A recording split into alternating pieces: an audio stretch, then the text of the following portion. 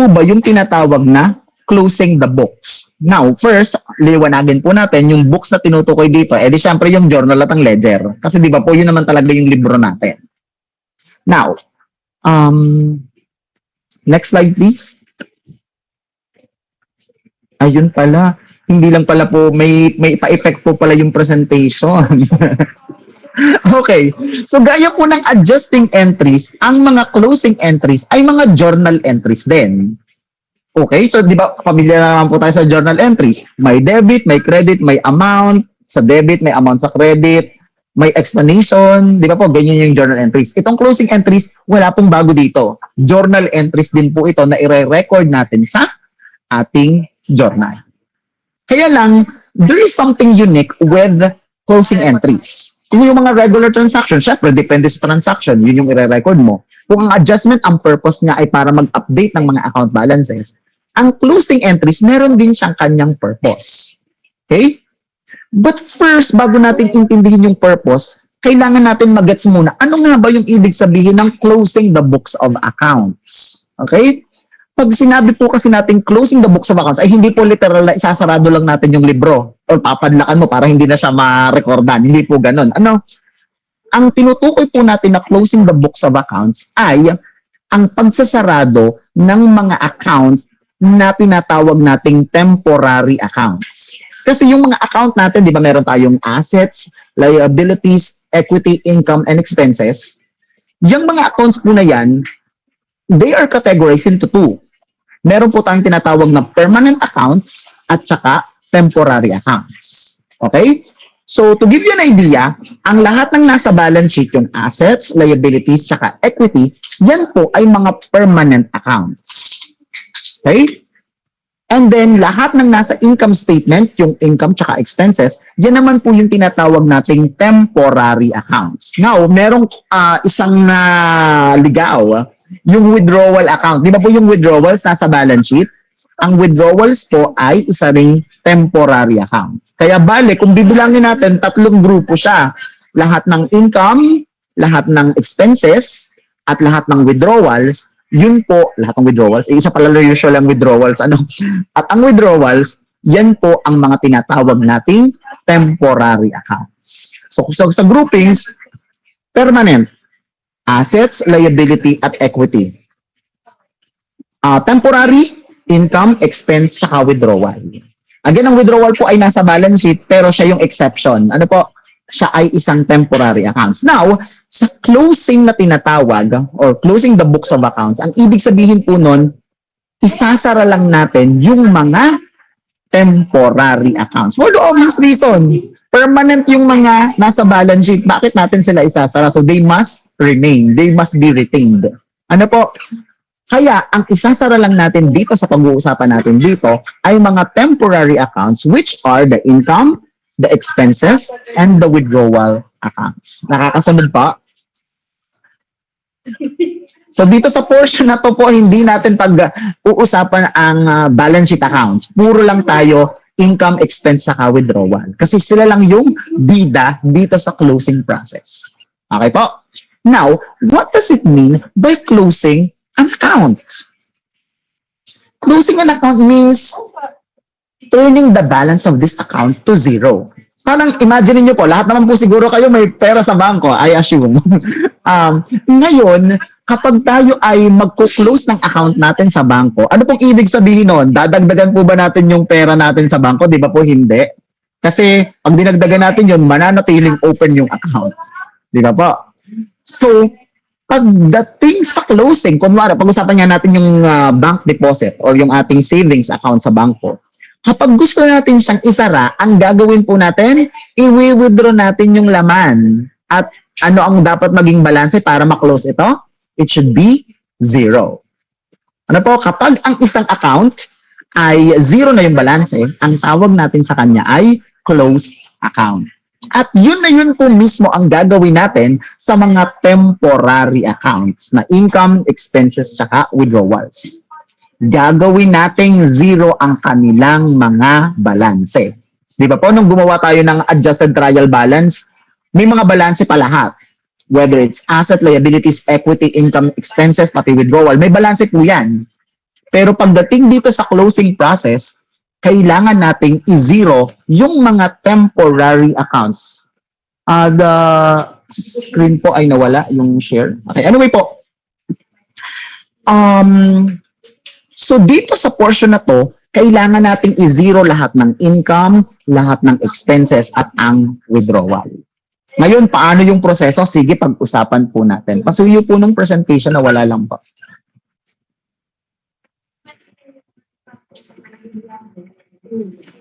Okay, next na po tayo. Doon tayo sa mismong closing process na.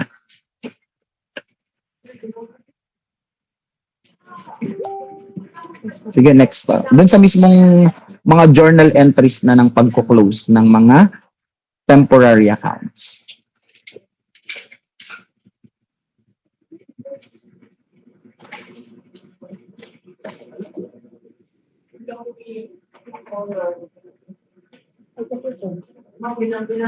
Yes, next pa po. Yan na po, yan pong mga nakapost sa ating presentation, yan na po yung lahat ng pinagsasabi ko kanina pa mula nung i-discuss natin ang closing entries. Ano po, pasuyo na lang po, makikipasadahan po ng kaunti. Pero yun po, sinamarize ko na po yung presentation para mabilis po tayo matapos. Sige, next. Ayan. So again po, lahat ng temporary accounts i-zero natin. And then the permanent accounts, they will stay open. Next. Doon tayo sa example. Sige, diretso pa.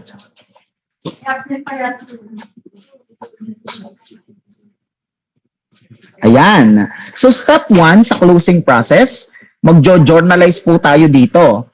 So meron daw balanse ang service revenue. Ano nga po ba ang service revenue? It is an income account, di ba po? At ang balanse niyan normally ay credit. Naka-credit balance po yan ng 50,000 pesos. Okay. Balik tayo doon sa pinagsasabi ko kanina na kailangan nating i-zero ito. Kasi ang service revenue, it is a temporary account.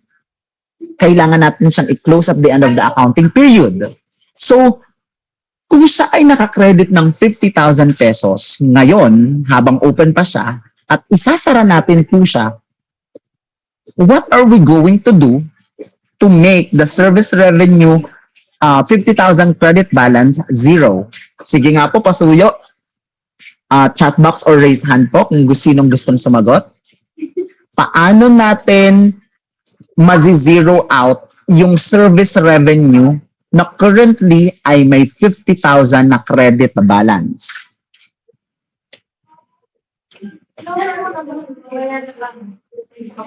Anyone po?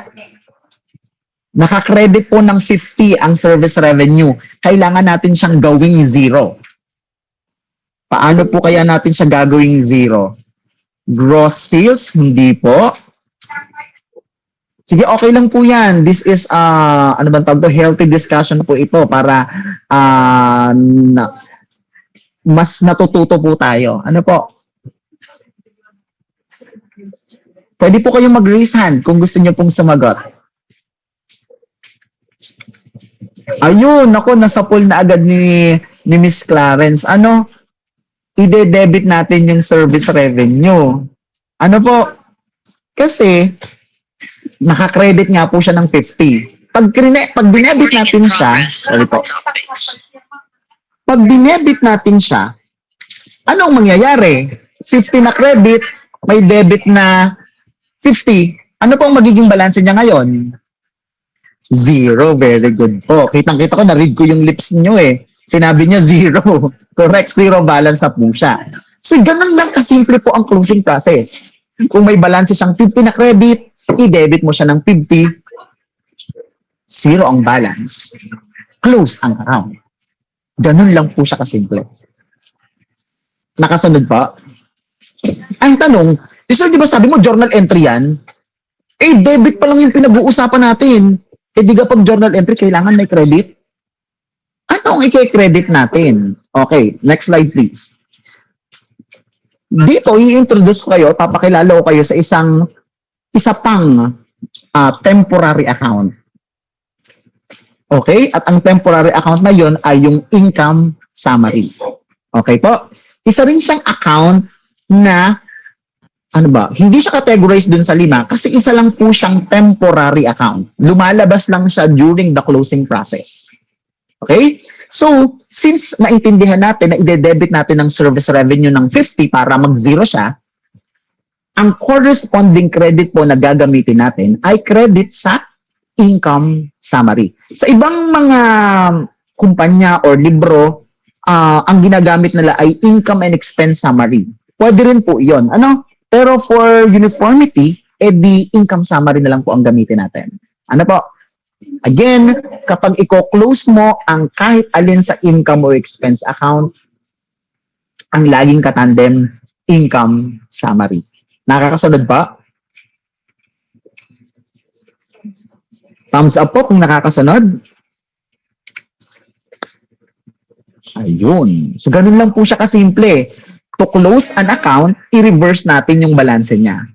Gaya nga po ng service revenue, nakakredit siya ng 50, kaya dinebit natin siya ng 50. And then the corresponding partner, para balance yung journal entry, ay sa income summary. Okay, proceed na po tayo sa pangalawang closing entry. Kasi usually kasi ang konti lang po talaga ng mga income accounts. Gaya dyan sa example natin, service revenue lang. Sa step 2, ang i-close naman natin ay expense accounts. Ano nga po ba ulit normal balance ng mga expense? Debit po ba o credit? Debit. Very good. Kita ko talaga, ma'am. Nakikita ko talaga yung lips mo. Tama yung sagot mo. So, debit. Ano po? Ngayon, dito sa example natin, meron tayong 3 expense lang para to simplify the discussion, the illustration. So, meron tayong rent expense na 10,000, meron tayong salaries expense na 5,000, at supplies expense na 2,000.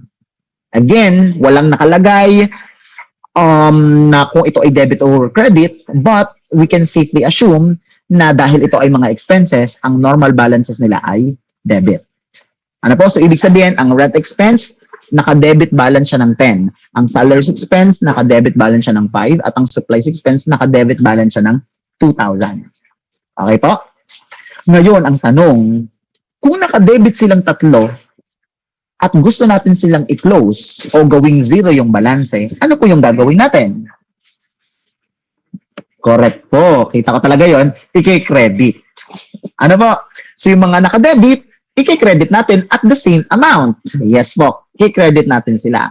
So, kung sa closing entry ay naka-credit sila, ano naman po yung corresponding debit?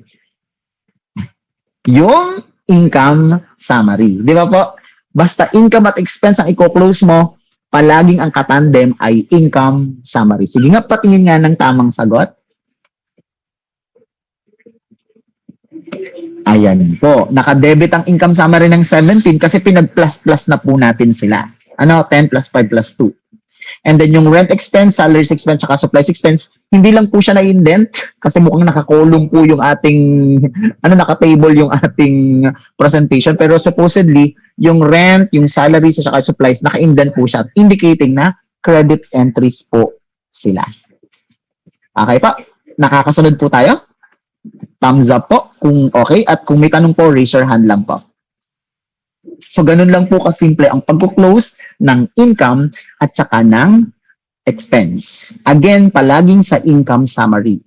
Ngayon, mapapansin niyo na kanina, magkano nga ba yung credit natin sa income summary for the service revenue? 50,000, diga po? And this time, dinebit natin siya ng 17,000. Kung ipopost mo na siya sa ledger, so meron kang credit na 50, meron kang debit na 17, magkano po yung balance ng income summary natin right after nating maklose yung lahat ng income at lahat ng expenses? Again, may 50 na credit, may 70 na debit. Pasuyo nga po ng sa chat box. Magkano po ang balance at ano yung balance? Debit balance po ba siya o credit balance? Income summary po yung ating pinag-uusapan. Kanina kasi, yung income summary, credit natin ng 50,000, di ba po, nung i-close natin yung service revenue. Tapos dito sa pangalawa, dinebit natin siya ng 17,000. Okay? Kapag na-post natin yun sa ledger or sa T-account, may post ka na credit na 50 at meron kang debit na 17. Tanong, magkano ang balanse ng income summary? Ang sagot ni Miss Clarence, debit balance daw ng 33. How about the others po? Do you agree po with, ito naman ang kay Sir Norman, credit naman siya, pero 33,000 din. How about the others po? Yes, Sir Jason. Sir, napindot lang po kasi nag-rejoin eh. Okay po. Sige, sir. Any other entry po? Again, ang income summary natin, credit natin siya kanina ng 50. And then, dinebit natin ng 17 ngayon for the closing ng expenses. Binawi ni Ma'am Clarence ang kanyang sagot. Credit daw pala. Si Sir Christian, debit daw ng 33. Ano kaya? Sige, last 15 seconds po. Baka may mga hahabol pang sumagot. 50 debit tapos 17 Sir, credit. 50 ang credit. Dito po, 17 ang debit. Ayan po, kita nyo po, naka-debit po ng 17 ang income summary. So, debit 17, credit 50. Baka po nalito kasi nabaliktad ko pa, nauna ko yata yung credit eh. So, again, ang debit ng income summary may 17 at ang credit may 50. So, pwede po kayong gumawa ng account sa scratch paper ninyo. Income summary yung account title and then may debit na 17, may credit na 50. Sige po. Okay, let's reveal na the answer. The answer po is Pasuyo. Nandyan yan, di ba? Ayun. 33,000 na net income. Kasi, tama po yung mga sumagot ng credit balance. Ano kasi, naka-debit ng 17, naka-credit ng 50. So, 50 minus 17, 33. And the balance po is credit kasi mas malaki ang credit. Ano po? Credit balance. Ngayon, yung 33,000 na credit balance ng income summary, that actually represents your net income. Kasi di ba, pag pinag-minus natin yung revenue minus expenses, so revenue is 50, expenses is 17, the net income is obviously 33,000. So, ibig sabihin pala, kapag ang income summary balance ay naka-credit, it represents net income, while if the income summary is naka-debit balance, it represents net loss. Nakakasunod pa? Thumbs up po kung nakakasunod. Ayun. Basta pag may tanong po, raise na lang po yung hand niya. Ano po? Sige, let's proceed to, ayun, by the way, the third step ay to close the income summary. Di ba po na-mention ko kanina na ang income summary ay isa ring temporary account. And being a temporary account, it must be closed as well. Kaya nga po, hindi siya makikita sa kahit na anong financial statement. Kasi saglit lang yung kanyang papel sa accounting process. Ang purpose lang talaga ng income summary ay pansamantalang hawakan ang clinose na income at clinose na expenses. And then later on, ito pagdating nga natin sa step 3, i-close din naman po natin si income summary. Since ang ating income summary ay may credit balance na 33,000, credit balance po. Tanong, ano ang gagawin natin para ma-close po siya? Anong gagawin natin para yung 33,000 na credit balance ng income summary ay maging 0? I-debit po ba natin yung income summary or i-credit natin siya? Debit. Correct po, debit. Kasi nga naka-credit siya para maging 0, i-debit mo siya with the same amount, 33,000 pesos. Okay, yan ka na naman, sir. Alam na naman namin ang debit. Tanong, ano ang katandem niyan? Okay? Ang katandem po ng income summary ay Kasi di ba po ang income, net income or net loss man yan po ay isasarado natin o dadalhin natin sa capital account. That is the reason kapag may net income tayo, lalaki ang capital natin at kapag may net loss, liliit ang capital natin o yung puhunan natin. Ano po? Kaya dito sa step number 3, ang gagawin natin, ide-debit natin ang income summary ng 33,000 and then ang credit natin is the capital account. Sir, bakit i-credit mo ang capital ng 33? Ang ibig sabihin nun, lalaki ang capital. Di ba? Pag ang normal balance ng capital is credit, di ba? At kapag credit mo yan, mag-i-increase yan. Lalaki yan. Okay? Which is tama lang naman. Bakit? Kasi ang net income, again, palalakihin niya ang ating capital. So, nung isara natin by closing the income summary to the capital account, ang magiging epekto niya sa balanse ay palalakihin niya o i-increase niya ang ating capital account. Nakakasunod po? Patingin nga ako ng journal entry ng closing ng income summary.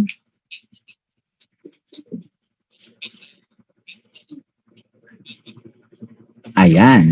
Debit income summary, 33,000 and credit owner's capital, 33,000. Again, owner lang po yung ginagamit natin dito kasi dito sa sample natin, wala tayong identified owner. Pero kung halimbawa, si Sir Jason yung may-ari nito, edi ang ilalagay natin ay Jason's capital.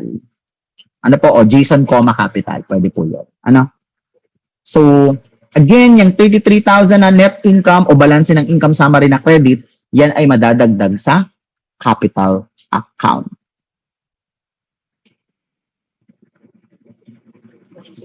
Okay? So, 3 na po, 4 lang naman po yan. Iko-close natin lahat ng income, iko-close natin lahat ng expenses, and then yung, di ba, ang income at expenses napunta sa income summary.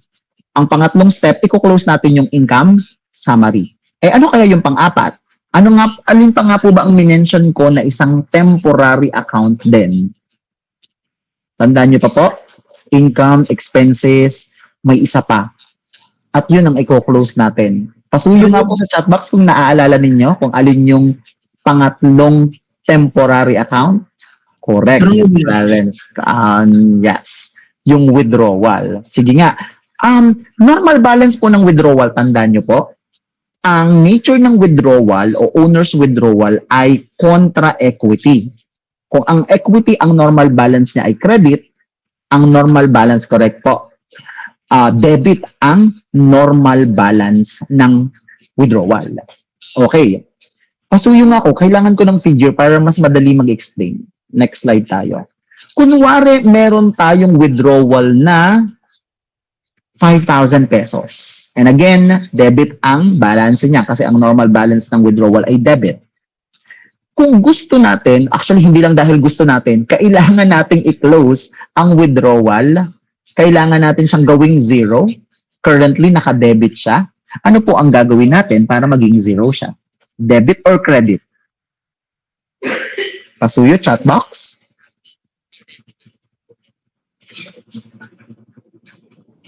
Yes po, i-credit po natin siya. Ano po? So, debit balance siya ng 5. Pag credit natin siya, magiging 0 na siya. Sir, anong corresponding katandem niyan? Ano ang kapartner niya sa journal entry? Kung nakakredit siya ng 5,000, kailangan natin ng debit na 5,000. Ano yung i-debit nating account? Pasuyo. Next slide. Ayun, owner's capital din. Bakit? Correct, ma'am, equity. Kasi yung withdrawal, it has the same effect of net loss. Pabababain niya yung puhunan o capital natin. So kapag ikaw ay nagwi-withdraw sa negosyo mo, lumiliit ang puhunan mo. So by debiting owner's capital, during the closing process, isasama natin o nababawas natin sa balanse ng capital yung withdrawal natin. Okay po? And that is all for the closing process. I-review lang natin ng mabilisan. Ano po? Pag closing ang pinag-uusapan, what if hindi pa kayang i-close ang drawings? What do you mean po kayang hindi pa kaya? Ano po kayo yung possible reason at ang withdrawal account ay hindi pa readily available for closing? Tapos na po kasi yung period. Hindi ba pwedeng ibalik sa equity?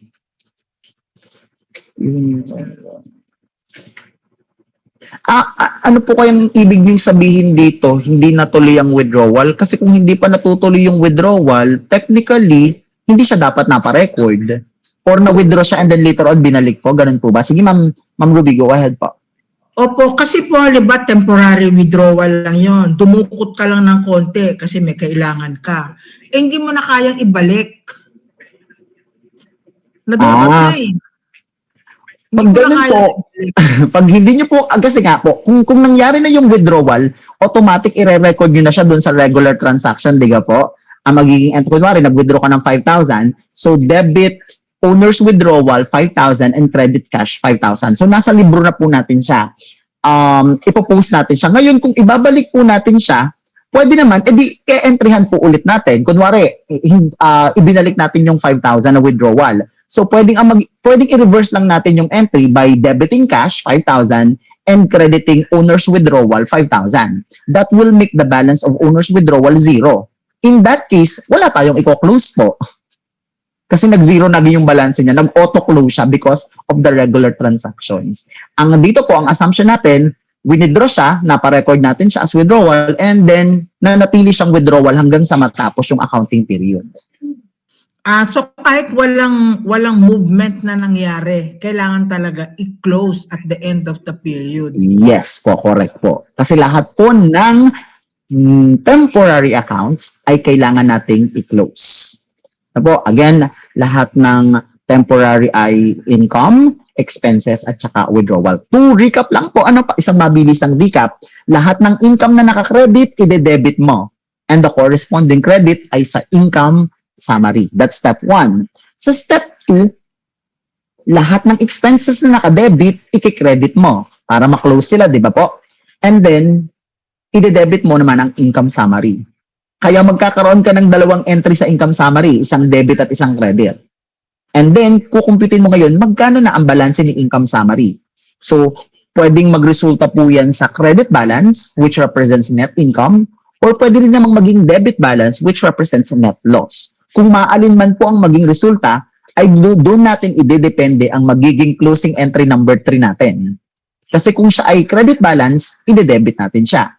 At kung siya ay debit balance, i-credit natin siya. And then the corresponding kung saan man po, kung debit o credit man, ang katandem lagi ni income summary kapag step 3 ay ang owner's capital account. Okay po?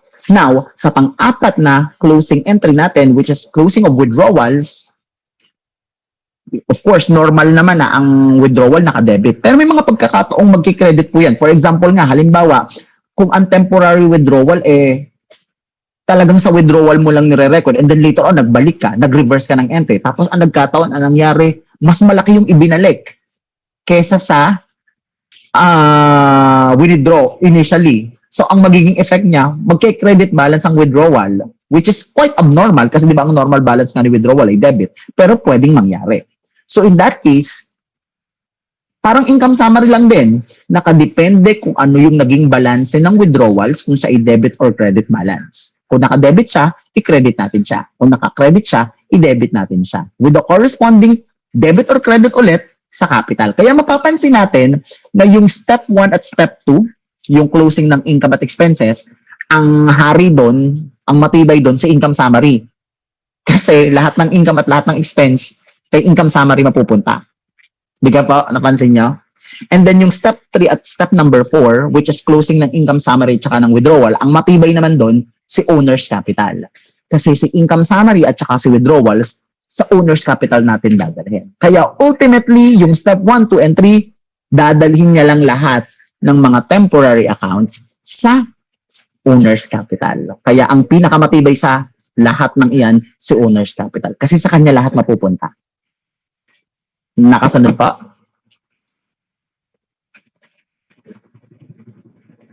Okay po. So, I think we're ready for the formative assessment. let's have formative assessment number 1 po siguro. Para sa mga i-close nating accounts. So, i-journalize po natin siya. And then, same process, ipopost natin siya sa ledger para makuha natin yung mga balance. Ano po? Ngayon, kapag nagawa na natin yung journalizing at saka posting sa ledger ng mga closing entries natin, meron tayong isang final step na gagawin to check if balance pa rin ang total debits at total credits natin. That is, magpe-prepare tayo ng post-closing trial balance. At sa post-closing trial balance na yun, kailangan mag-reflect na wala ng income or revenue, wala ng expenses, at wala ng withdrawal or drawings. Okay po? So, maa-update ngayon lahat ng revenue, expenses, at withdrawal accounts. Mawawala sila actually kasi zero balance. Di ba pag gumagawa tayo ng trial balance, pag walang balance, hindi natin sinasama. So, mawawala sila kasi zero balance na sila. And one notable characteristic ng post-closing trial balance is yung owner's capital account will be updated. No? Magiging updated na yung balance ng owner's capital kasi lahat ng nawala, yung revenue, expenses, saka drawings, sa owner's capital na punta. Paano nga po ba gumawa ng trial balance? Pasuyo? Ang ginagawa natin dyan, ay wala ba dyan? O doon sa isa yon? Sa isang, ayan, dyan. Okay, pasuyo, next na. Ang ginagawa natin kapag tayo ay nagpe-prepare ng trial balance, whether it's unadjusted or adjusted trial balance, and itong pangatlo na post-closing trial balance, ang ginagawa natin, di ba, nililista natin lahat ng mga account titles, and then inilalagay natin yung kanilang mga debit and credit balances. And then pinag-a-add natin yung lahat ng nasa debit, lahat ng nasa credit, and then ini-expect natin, hopefully, na yung total ng debit at total ng credit ay balance. Kasi trial balance po siya. They should be balanced. So pag nagkataon na yung total debit at total credit ay hindi balance, may problema tayo.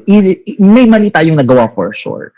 Okay? Ginagawa natin ang post-closing trial balance kasi we are determining if the total debit or total credits are still equal after doing the closing entries. Pagkatapos nating mag-journalize ng closing entries at pagkatapos natin silang i-post sa ledger. That's all po for Module 5.2. Any clarification po?